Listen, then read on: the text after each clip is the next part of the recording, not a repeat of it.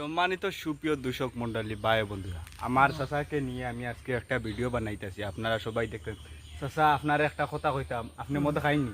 না রে, মদ খাওয়া নাই। দূর মিয়া বাইসা বিটা গিটা কইতা পারাইছো না রে, না, না না না না না রে, বাইসাব না, একবার তাকো আইসা বাইসাব একবার তাকো বাইসাব না। বাইসাব একবার তাকো। আমি ওই দিন আপনারা বিয়ের সকল দেখলাম বাইসাবে মদ খাইনি, আজকে না করডা একবার তাকো।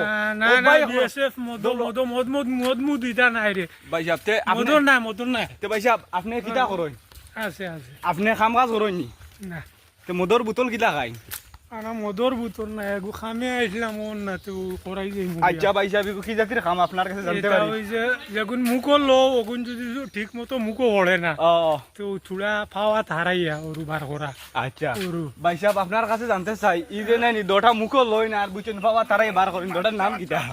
আছে আছে আইয়ার আমি বাইসাব ওখানে দোটার তার নাম কো? দৌড়া কোনো তার নাম নাই। দূর বাইসাব